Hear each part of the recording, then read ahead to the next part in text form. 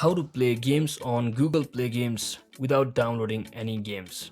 So hello guys, welcome back to my YouTube channel. In this quick tutorial I'll be showing you how you can easily play games which are available for free on Google Play Games. So if you haven't already, just head over to your Play Store and just search in for Google Play Games and make sure you have successfully downloaded this application over here. So it basically allows you to play free games without having to download the particular games. As you can see over here, there are plenty of list of games which you can directly play by simply clicking on this play button over here, and you don't have to install it locally on your Android or other devices just like this. So that is exactly how you can easily play games without having to download it on your device.